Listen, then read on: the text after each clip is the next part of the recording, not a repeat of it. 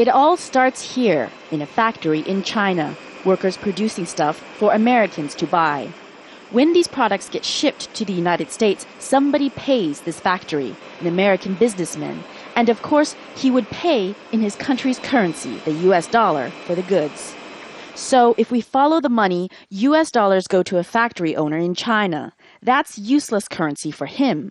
The Chinese owner needs to change that money into renminbi in order to pay for labor, electricity, any of the costs needed to run a factory.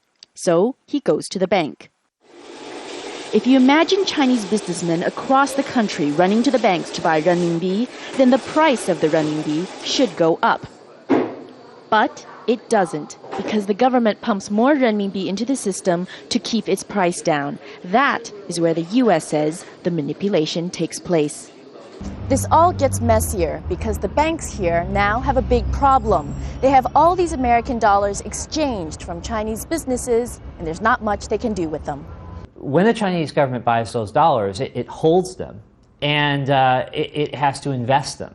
And China has voiced a lot of concern over the past year or so about really the only option that it has is to invest them in U.S. treasuries, and it doesn't get a very high return on that. It's a vicious cycle for China. The main benefit is to keep exports cheap. But there are drawbacks. With so much Chinese currency around, there's the danger of inflation. In China, it's often portrayed as though this is the U.S. putting pressure on China, and if China strengthens the renminbi, it's good for the United States and it's bad for China. But in fact, moving towards a more flexible exchange rate and a stronger renminbi could actually be good for China. But any time a tightly controlled monetary policy needs changing, there will be a lot of pain involved. Pain a Chinese leadership concerned with stability is hesitant to inflict. So up to now, the strategy has simply been one of delay.